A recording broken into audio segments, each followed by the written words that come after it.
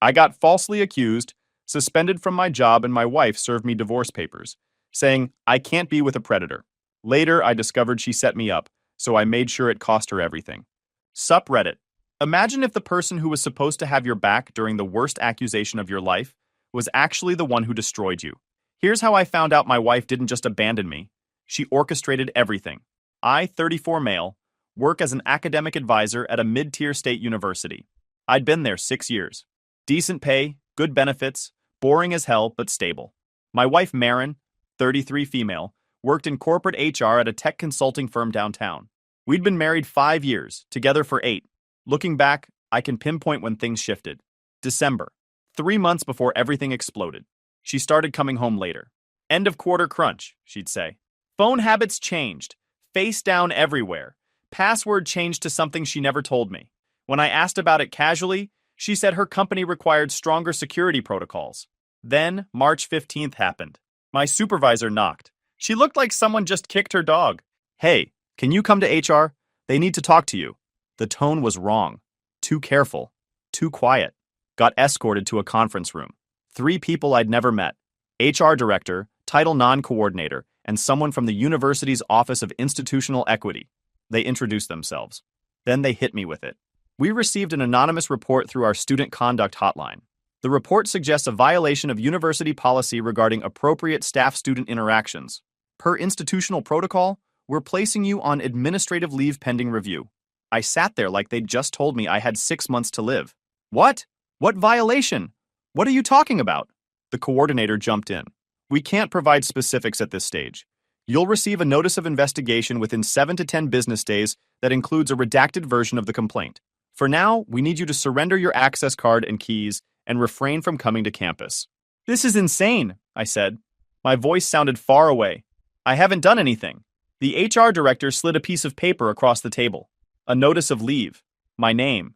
The date. A paragraph of legal boilerplate. A line for my signature acknowledging receipt. You're entitled to consult with an attorney or union representative, but we do need you to leave campus today. I signed it because what else was I going to do? I went back to my office and exported my entire inbox and calendar to a flash drive. 6 years of records. I'd cut my access 10 minutes later. My supervisor was waiting in the hallway when I came out. She looked like she'd been crying. I don't know what they told you, she said, but I know you. You wouldn't do this. I didn't trust myself to respond. Just nodded and kept walking. Handed my keys and ID card to the coordinator at the security desk. 20 minutes later, I was sitting in my car in the parking lot with a box of my life on the passenger seat. No job, no answers, and the growing realization that someone had just destroyed me. I called Marin. She didn't pick up. Texted her. Need to talk. Something happened at work. Call me when you can. She replied 2 hours later. In a meeting. What's wrong? I got suspended. False accusation. Need to talk. 3 dots. Then, OMG, are you okay? I'll be home by 7. She got home at 8:30, walked in with takeout from the Thai place we used to go to, sat down across from me at the kitchen table and asked what happened. I told her everything. The meeting, the accusation, the suspension. I told her it was a lie, that I'd never touched a student, never even thought about it, that I didn't understand who would do this or why. She listened, nodded in the right places, said all the right things. This is insane. They can't just believe some random person. We'll fight this. Then she got quiet for a second. I just need to ask, and I'm not accusing you, but is there anything that could be misinterpreted? Any emails that might look different to someone who doesn't know you? No, nothing like that. Okay. She reached across the table and squeezed my hand. I'm just trying to understand what we're dealing with. We need to be prepared for everything. I know. This is going to get messy. My office is already asking questions. I need to know you're telling me everything. I am. She nodded. Okay. Then we'll figure this out. But something in her voice felt off, like she was already calculating. Within a week, everyone knew. My phone blew up with carefully worded, "Hope you're okay" messages. A few friends went ghost. People stopped replying once my name got attached to student complaint. My mom called on day 3. I could hear her crying before she said hello. What happened? Her voice was careful, scared. I told her the truth. Someone made this up. I didn't do anything. She went quiet. Then said she and Dad had talked. They thought it was best if I didn't come to Sunday dinners for a while. Just until this blows over. My brother called next. 2 years younger, always the golden child. Attorney. Perfect suburban life. Bro, what the heck? It's not true. Then why are they investigating? Because someone lied. He exhaled. Mom's freaking out. With the kids and everything. We think it's better if you keep your distance for now. I got it. I got that my own family was cutting me loose because I was embarrassing them. I hung up on him. My sister sent a short text. Said she needed space to process. Didn't ask for my side. Just shut the door. Only my dad kept calling. You doing okay? He'd ask.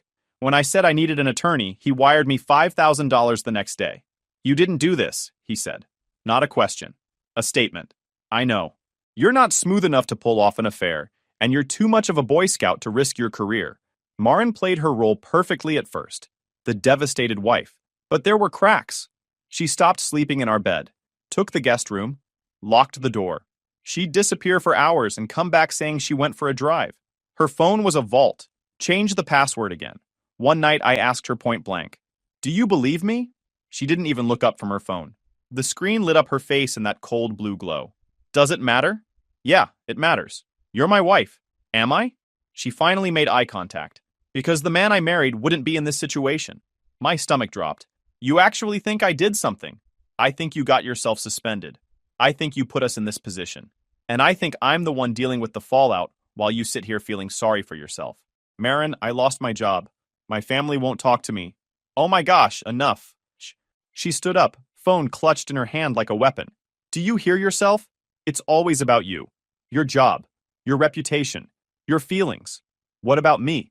Do you know what people at my office say when I walk by? Do you know how humiliating it is to have a husband under investigation? The words hit like a slap. She'd never talked to me like that before. I don't care. Her voice was ice. Whether you did it or not doesn't change the fact that you destroyed everything. My career is taking hits because of you. People judge.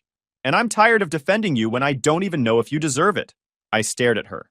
This woman I'd been with for 8 years. Married for 5. Planned a future with.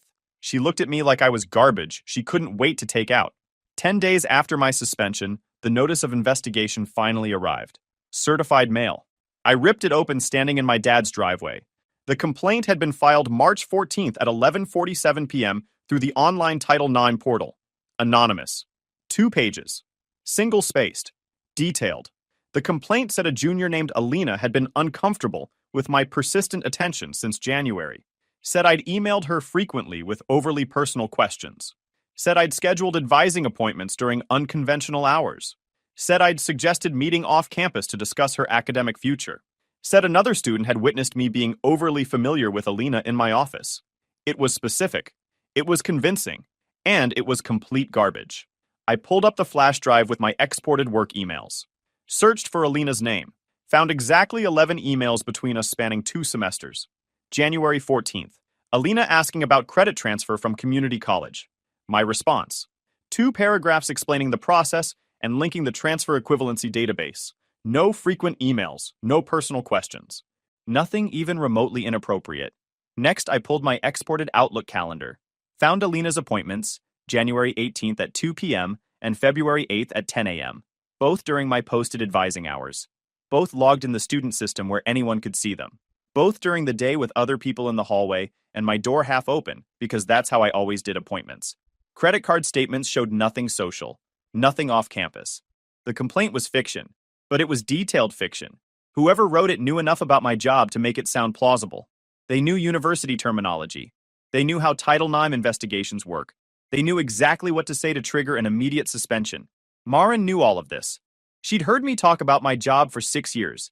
Advising hours, appointment protocols, the kinds of complaints that got people suspended. She worked in HR. She understood investigations, documentation, risk management. She told me once about a case at her company where they fired a manager for harassment based on an anonymous tip. Told me how they couldn't take chances even when the evidence was thin. She'd literally given me the playbook. And I hadn't realized she was teaching herself how to use it against me. 3 months into my suspension, after barely speaking to me, I came home to find her sitting at the kitchen table with some guy in an expensive suit. Briefcase open. Papers spread out like they owned the place. The sound of a pen clicking. He was tapping it against his legal pad, probably timing how long it would take me to process what I was seeing. She didn't even flinch when I walked in. Didn't look surprised or guilty or anything. She'd been waiting for me. "This is my attorney," she said. The guy stood up, hand extended. I didn't take it. Marin slid a stack of papers across the table toward me. Didn't say anything else. Just sat there with her arms crossed, jaw set. I looked down. Petition for dissolution of marriage printed across the top in bold letters. You're divorcing me. Yes. Her attorney cleared his throat.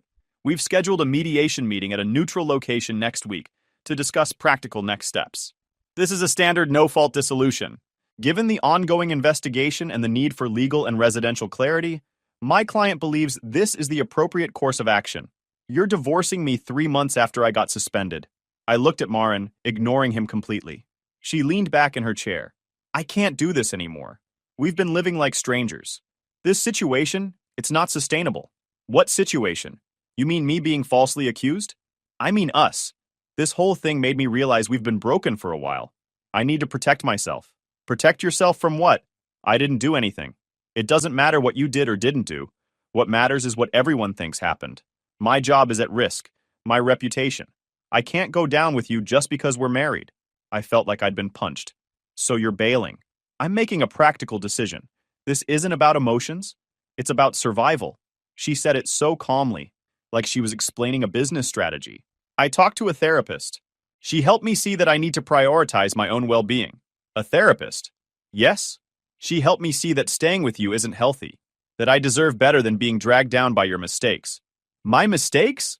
Someone filed a false complaint against me. She looked at me then, really looked at me, and her expression shifted, colder. You still don't get it. It doesn't matter if it's true. You're toxic now, professionally, socially, and I'm not going to let you take me with you. Her attorney shifted uncomfortably. The mediation meeting is scheduled for next Tuesday at 2 p.m. You'll receive the location details via email. We recommend you have representation present. I saw where this was going. She'd already set the narrative. Controlling, unhealthy, unsafe. One call to the cops saying she felt threatened, and I'd be the one in cuffs. Didn't matter what actually happened. Didn't matter that I'd never touched her. All that mattered was the story she'd tell, and she knew I knew it. Fine, I said. My hands were shaking. I shoved them in my pocket so she wouldn't see. Her attorney slid a single sheet across the table. This just confirms you received the petition, not the terms, just service. I grabbed a pen from the counter and signed. Proof they got me to touch the trap. That's all it was. My name on a line saying they'd successfully delivered the papers that were about to gut my life. Marin took the paper, glanced at it, and handed it to her attorney without a word. She didn't say goodbye, didn't apologize, didn't even look at me again. Just walked to the guest room and shut the door. Her attorney packed up his briefcase, mumbled something about being in touch, and saw himself out. I stood in that kitchen for maybe 5 minutes. Then I went upstairs, threw clothes into a duffel bag, grabbed my laptop and charger, and walked out. Locked the door behind me out of habit even though it didn't matter anymore. Drove to my dad's place. 40-minute drive. He answered the door in his bathrobe, took one look at my face and said, "She did it, didn't she?" I nodded. "You can stay here as long as you need." I slept on his couch that night. Didn't cry, didn't break down. Just lay there staring at the ceiling, replaying every word she'd said. I started therapy after I couldn't sleep for 3 weeks. Panic attacks became routine. Within days, my mom called. Said the divorce was probably for the best. That maybe Marin deserved better than this situation. That I needed to take responsibility for my part in all of this. Marin had been talking to her for weeks. I could hear it in the phrasing. The way Mom said, "your part," like she'd been coached. Like Marin had already laid the groundwork, painted the picture, turned my own mother into a character witness for the other side. I stopped answering her calls. My brother texted. Said Marin had reached out to him. Told him I'd been difficult, and she'd finally found the courage to leave. Said he was disappointed in me and needed time to process. She'd gotten to him too, probably months ago. I blocked his number. My sister sent an email, long, detailed, about how she'd always sensed something was off about our marriage, how Marin had confided in her about things I'd supposedly said or done, how she was standing with Marin, the whole family, turned, all at once because Marin had spent months setting it up. The only person who didn't abandon me was my dad. He called every morning, asked how I was doing, didn't push when I said I didn't want to talk about it, just let me know he was there. "You'll get through this," he'd say. I didn't believe him, but I appreciated him saying it anyway. I rented a crappy one-bedroom apartment near the highway. It was depressing as hell. It was also all I could afford. Spent my days applying to jobs I'd never get because a search of my name now returned academic advisor suspended pending investigation. Even places that claimed they didn't do background checks would ghost me after the phone interview. I burned through savings, sat in that awful apartment, and asked myself one question on repeat. Who benefits from destroying me? The answer was obvious. Marin. Think about it. If I'm seen as an abuser, or even just professionally inappropriate, she gets the moral high ground in the divorce. Judges eat that up, especially in family court. She walks away looking like the victim who escaped a bad situation. I look like the bad guy who got what he deserved. And she gets favorable terms. Maybe even more than 50-50 if she plays it right. Spousal support, the townhouse, everything. But how the heck do I prove it? I called my attorney, told him I wanted to subpoena Marin's phone records as part of the divorce discovery. He said that was aggressive, and the judge might not allow it without cause. What if I think she filed the complaint? I asked. Can you prove it? Not yet. Then you're asking for a fishing expedition. Judges hate that. Look, she filed for divorce 3 months after I got suspended. She's calling me controlling and emotionally abusive. She's setting up a narrative. Her credibility is on the table. I need to know what she's hiding. He was quiet for a second. Then, I'll file the motion, but don't get your hopes up. It took 2 hearings and a lot of back and forth before the judge finally granted limited scope. Marin's attorney fought it hard, claimed it was invasive and irrelevant, but my attorney argued that her abuse allegations made her credibility and pattern of behavior directly relevant to the divorce. The judge approved call and text logs only, no message content, for a limited date range. I'm allowing this narrowly, the judge said. Call logs and metadata from March 1st through March 31st. Nothing more unless you show cause for expansion. 2 weeks later, I finally had the records. I spread them out on my card table and started digging. I became the kind of guy who saves PDFs like their ammo. March 12th, 3 days before I got called into HR. Marin sent 14 texts to a number I didn't recognize. I Googled it. Nothing. Ran it through a reverse lookup service. Nothing. My attorney subpoenaed the subscriber information. It took another 3 weeks to get anything useful. Finally got it. Keaton. Same company as Marin. Same department. I looked him up on LinkedIn. Senior HR business partner. Specialization, employee relations and compliance. The guy who handled investigations and wrote up termination reports. The guy who'd know exactly how to draft a Title IX complaint. I kept digging. The pattern was clear. March 13th, 6 texts. March 14th, 11 texts ending at 11:52 p.m., 5 minutes after the complaint was filed at 11:47 p.m. March 15th, 9 texts starting at 10:30 a.m., 15 minutes before I got called into HR at 10:45 a.m. The timeline was damning, but I needed more. My attorney filed a motion for expanded discovery. We had enough to show a suspicious pattern. The judge allowed us to request Marin's work login metadata, just portal access logs, nothing internal, for the same date range. Her employer fought back with privacy objections. 2 rounds of motions. Finally, the judge narrowed it to public-facing university portal access only and forced them to comply. Found that she'd accessed the university's public website on March 10th, specifically the Title IX reporting portal. Spent 11 minutes on the page. Enough time to read the instructions and figure out how to file anonymously. She didn't file from her work computer, she's not that dumb, but she researched it. Probably took screenshots. Maybe sent them to Keaton. I went back to the apartment I used to share with Marin. Technically still my house until the divorce finalized. She wasn't home. I'd texted her first to make sure. Went into the guest room where she'd been sleeping. Looked around for anything she might have left behind. Found an old iPad in the nightstand drawer. The one we used to use for recipes and looking up random stuff. Hadn't thought about it in months. It was a shared household device. We'd both set it up years ago and both had accounts on it. Stayed logged in forever because nobody re-auths on a couch device. I turned it on. Still worked. Still had both our profiles. I called my attorney first. If I find something on a shared device that we both own and I'm logged into with my own credentials, is that admissible? He hesitated. This could go sideways fast. If you access her private account or break any passwords, this becomes a criminal problem. But if it's truly shared and you're using your own login, document everything. Take photos. Preserve the evidence properly. And for the love of everything, don't touch anything you're not supposed to. I logged in under my own account and checked the shared notes app we used to use for grocery lists. Opened notes. Scrolled through grocery lists and to-do reminders. Then I noticed the iCloud photo backup was also shared. Opened photos. Sorted by date. March 14th. Found a screenshot. Timestamp. 11:35 p.m. It was a screenshot of the Title IX portal instructions. The page that explained how to file an anonymous complaint, what information to include, how to make it detailed enough to trigger an investigation. Then another screenshot. Timestamp. 11:38 p.m. This one showed a notes draft. Title. Draft. Review. The text matched parts of the complaint I'd received. Not word for word, but close. Same structure, same phrasing, same fabricated details about late office hours, and overly familiar emails. At the bottom of the note, check with D about wording on the off-campus meeting part. Make sure it sounds specific but not too specific. D. Keaton. My hands were shaking. I took photos with my phone, photographed the iPad screen, sent them to myself, sent them to my attorney. Emailed them to 3 different email addresses just to be sure. My attorney had me meet him at his office that afternoon with the iPad.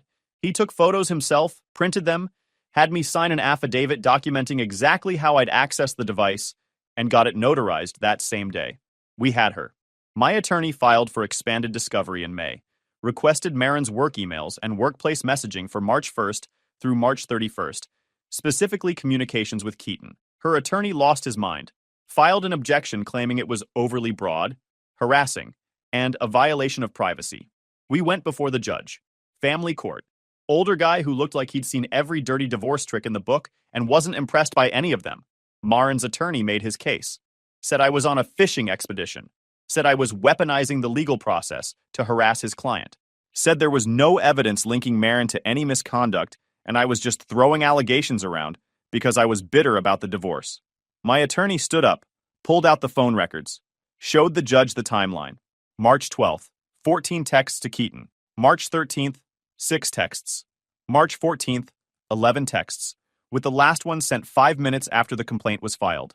March 15th, 9 texts, including one sent 15 minutes before I was called into HR. Then he showed the iPad screenshots, the Title IX portal instructions, the draft language that matched the complaint, the reference to coordinating with D about specific wording.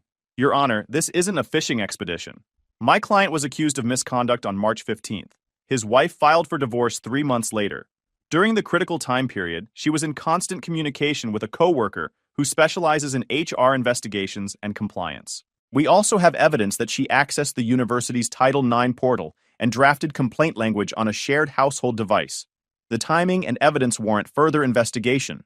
The judge reviewed the documents, took his time, finally looked up. I'm going to grant a narrowed scope of the motion. Ms. Marin will provide work-related communications with Mr. Keaton for the relevant time period, March 1st through March 31st, including work emails and workplace messaging platforms, limited to this specific time frame. You have 30 days to comply.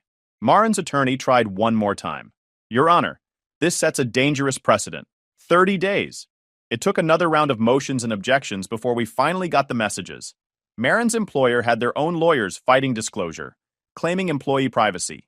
My attorney threatened an EEOC complaint and potential civil action against the company for facilitating workplace misconduct.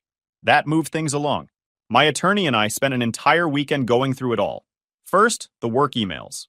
March 8th, email from Marin to Keaton. Subject, need advice. Body, hey, can we grab coffee this week? I have a personal situation I need to talk through. Nothing urgent but could use your expertise. March 11th, Marin's work login showed she accessed HR policy documents on anonymous complaints and investigation procedures. March 13th, email from Marin to Keaton. Subject, thanks. Body, really appreciate you walking me through the process. Feel a lot more confident about next steps. Next, Slack messages. March 12th, 9:47 p.m. Marin, you still up? Keaton, yeah, what's up, Marin? Can I call you Keaton? Sure. Call log from Marin's phone records. 9:51 p.m. to Keaton. Duration, 43 minutes. March 14th, 10:15 p.m. Marin, I think I'm going to do it. Keaton, you sure? Marin, he deserves it, and I deserve better. Keaton, okay, just like we talked about. Keep it vague but specific. Use the portal. Marin, I know. I'm nervous. Keaton, you'll be fine. Marin, what if he figures it out? Keaton, they won't connect it. That's the whole point. Marin, okay, I'm doing it. March 14th, 11:53 p.m. Marin, it's done. Keaton, good. Now you wait. Marin, how long? Keaton, few days probably. Then things get easier. Marin, I feel sick. Keaton, you're doing what you need to do. Marin, I guess. Keaton, not your problem after this. I stared at the messages. Read them 3 times. My attorney sat across from me with his hands folded, watching my face. We've got her, he said. This is conspiracy. They planned it. They coordinated it. Keaton told her how to do it. Yes. What do we do with this? We apply pressure on multiple fronts. But this is going to take time. They're going to fight back hard. First stop. Marin's employer. My attorney drafted a letter. Not a threat. Just facts. Laid out the timeline. Included excerpts from the Slack messages. Noted that Keaton had used his HR expertise to help Marin file a false complaint against her husband to gain advantage in a divorce. Noted that this was done using company time, company resources, and company communication platforms. Noted that Keaton's actions constituted misuse of his position and violation of professional ethics. We sent it to the company's general counsel with a CC to the chief HR officer. First response came back in 2 days. Terse, professional. We are unable to comment on personnel matters. Thank you for your correspondence. My attorney sent a follow-up. This time he attached the full Slack transcript and highlighted the parts where Keaton explicitly coached Marin on how to file an anonymous complaint and avoid detection. Added a line about potential civil liability if the company failed to act on documented evidence of employee misconduct involving fraudulent legal actions, and mentioned the possibility of an EECC complaint. 24 hours later, different tone. Thank you for bringing this to our attention. We take allegations of misconduct seriously and will investigate thoroughly. Corporate speak for oh shoot. They didn't want to do the right thing. They wanted to avoid discovery and keep this out of public record. Then nothing. For 6 weeks. Radio silence. My attorney called 3 times. Each time, the investigation is ongoing. We'll be in touch. Week 7, he threatened to file a civil complaint naming the company as a defendant for facilitating workplace misconduct. That got their attention. The company hired outside counsel to conduct an independent investigation. They interviewed both Marin and Keaton separately, made them provide written statements, reviewed the message logs, had their personal attorneys present. The whole process took 60 days. 2 weeks later, Keaton was placed on administrative leave pending the outcome of the investigation. Another 3 weeks. The company's outside counsel completed their report. Keaton was given the option to resign or face termination for misuse of company resources and conduct inconsistent with his professional role. He chose resignation. Mid-July, Marin faced a disciplinary review. The company determined she'd also misused internal systems for personal matters unrelated to work. She was terminated shortly after. Keaton didn't just lose his job. He got dragged into the legal side of it personally. My attorney served preservation notices and lined him up for deposition the minute it was clear he'd coached this. Company lawyers don't represent you when you're the problem. So Keaton had to hire his own attorney and sit there while his keep it vague but specific messages got read back to him in slow motion. That HR consultant glow-up started with him paying legal bills just to watch his credibility die on paper. My attorney told them we'd consider settlement discussions. But first we had other business. Second stop, the university. My attorney sent them everything. The iPad screenshots showing the draft complaint. The phone records showing the coordination. The Slack messages proving Keaton and Marin planned it together. The work emails showing Marin researching how to file an anonymous report. The timeline showing the complaint was filed minutes after Marin's last text to Keaton. We didn't ask for my job back. They'd already filled the position, and I didn't want to work somewhere that had thrown me under the bus without a second thought. We asked for 3 things. 1. A formal finding that the complaint was fabricated and malicious, with my personnel record cleared 2. An internal statement confirming I had been exonerated 3. A settlement covering lost wages, legal fees, and damages to my reputation. The university's attorney reviewed the evidence for 2 days. Called my attorney on day 3. We need to discuss this. I'm listening. Your client is asking for a substantial settlement. My client lost his job based on a complaint your institution never properly verified. The timeline alone shows negligence in your investigation protocols. Silence on the line. Let me talk to our risk management team. I'll get back to you. 2 weeks later, they came back with an initial offer. $25,000. Take it or leave it. My attorney laughed. That barely covers his legal fees. We're talking 6 figures, or we file a lawsuit and this becomes public record. How's that going to look for enrollment and your Title IX compliance reputation? More silence. More delays. Another month passed. They came back at $40,000, then $50,000. My attorney kept pushing. We were bleeding money on legal fees, but he said we had leverage and not to fold. Finally, mid-July, 4 months after I'd been suspended, they settled at $80,000. I'd spent nearly $30,000 on legal fees. The rest would cover maybe 6 months of lost income and barely touch the damage to my career. But it was better than nothing. The settlement included standard no admission of wrongdoing language and strict confidentiality terms. But the university also agreed to update my personnel file and issue an internal communication confirming no findings of misconduct. The communication went out via email to relevant faculty and staff. Short, carefully worded. The matter involving former employee, my name, has been resolved. Following comprehensive review, the investigation did not result in findings supporting the allegations. Personnel records have been updated per institutional policy. Didn't say false, didn't say fabricated, didn't mention Marin or Keaton, didn't apologize.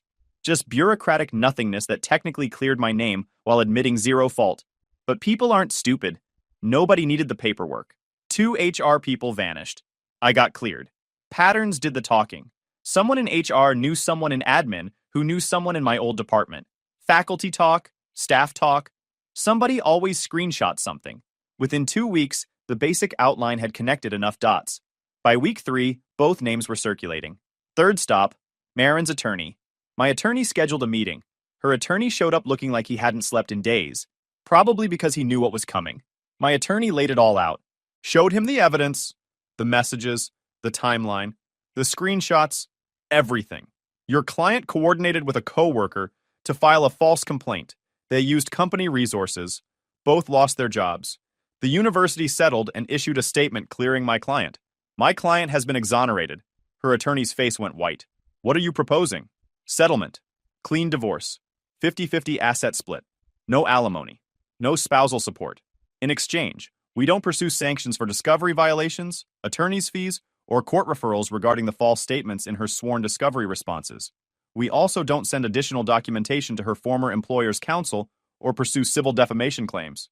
That's non-negotiable.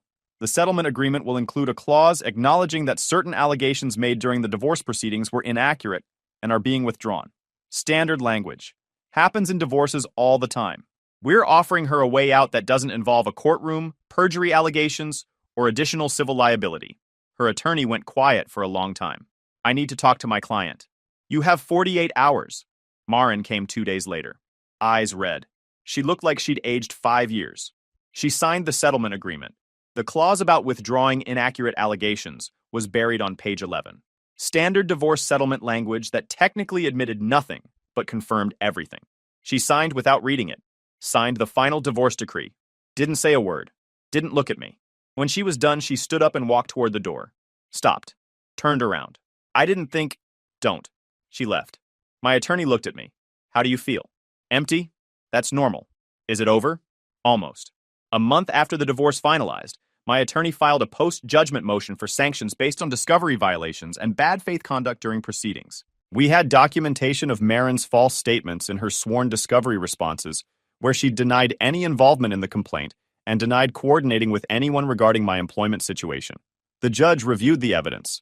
He'd seen the Slack messages and the iPad screenshots during the discovery battles. The pattern was clear. The court issued a finding that Marin had engaged in bad faith conduct and made materially false statements during discovery proceedings. We were awarded $28,000 in attorney's fees as sanctions, separate from the university settlement. We used that ruling as leverage.